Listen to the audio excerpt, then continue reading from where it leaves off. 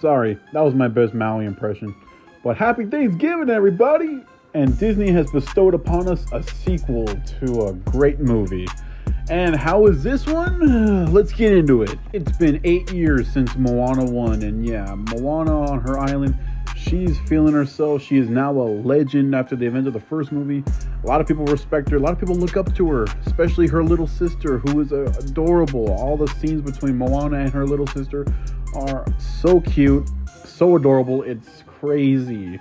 So while Moana's over here doing her thing, Maui's by himself being a demigod, doing demigod things, and yeah, being a dick. But Moana's island grows as Moana's island has received more people, and you know what that means? New characters.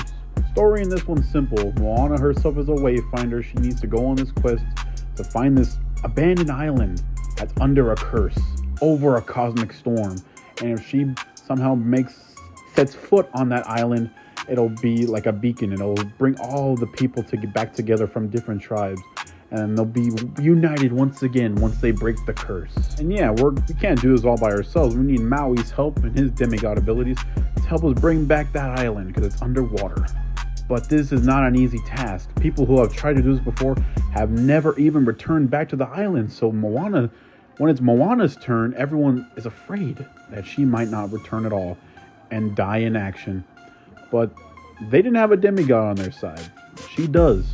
So yeah, let's set sail and get ready for this adventure. Now we have Moana 2. And yeah, let's bring the pig this time on this adventure. Ali Cravelo has returned once again to voice Moana, and she sounds just as beautiful here as she did in the first movie. So all the voice actors do their thing in this movie. Even The Rock as Maui, he does his thing. It's just as good as you remember in the first Moana movie. Especially the music. The music in this one is good. It's fine. It has a bit of give and take.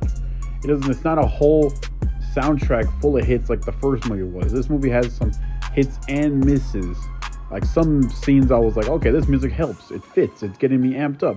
Some songs I'm like, okay, that was kind of weird, but now let's just forget about that song. Namely the Rock song in the movie. He doesn't have that "You're Welcome" energy like he had in the first movie.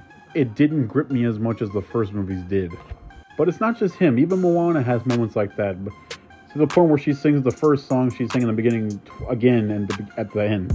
They're like, shoot, we can't write another song. We gotta, you know what? This first song sounds really good. Let's just use that again. Just save us the grief. The animation is amazing. The water effects are breathtaking. Just looking at it alone, and even all the colors are vibrant, they're rich, they're here. Everything, especially the part with the cosmic storm, it just blurs at you. It's really good. And there's a scene when they're on I don't know if it's like a dimensional plane. That looked really good too. All the colors pop. You remember when I said brand new characters? Yeah. For this adventure, we need a bigger crew for some reason, because we can't do it ourselves like we did the first time. We need more faces. And the new characters are just terrible.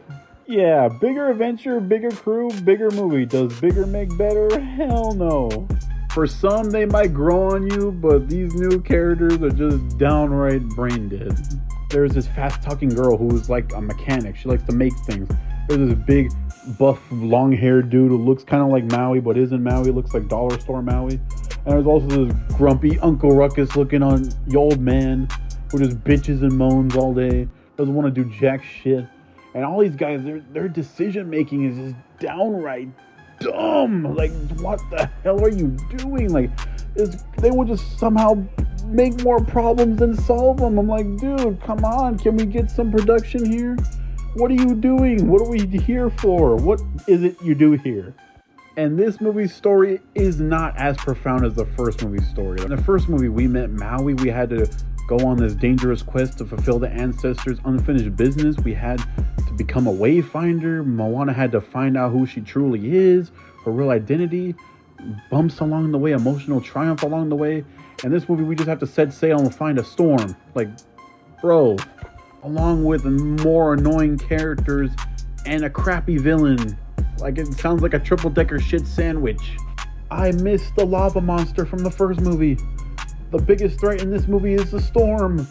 And Bro, there's another character that was in the trailers who I thought was the villain, but she's not. It's just this vampire lady who lives underground, and I thought she was gonna wreck some stuff and cause problems for the crew. Then this character just leaves the movie. Like, dude, and how this movie went, she was just a setup character for a possible third movie.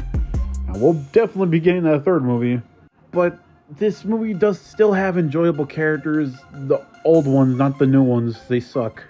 This movie's really divided because, like, it has its good and its bad. And the bad just depends on you. If that compromises your whole experience, it didn't compromise my whole experience that much. I just had my problems with it. But like this, I'm not gonna call this movie awful. Like, this movie was not awful. It was just a weak sequel. That's really all it is. Just a weak sequel to Moana 1. That's it. You'll either be happy or have a pouty face. That's it. Alright. I know my answer. Let's finish this. One thing real quick. If this movie really gets you in the mood for more new Moana content, then don't you worry. The first movie is getting that live action treatment, and it'll be coming out next year, I think. But either way, we'll see how that goes. Moana 2 gets a C.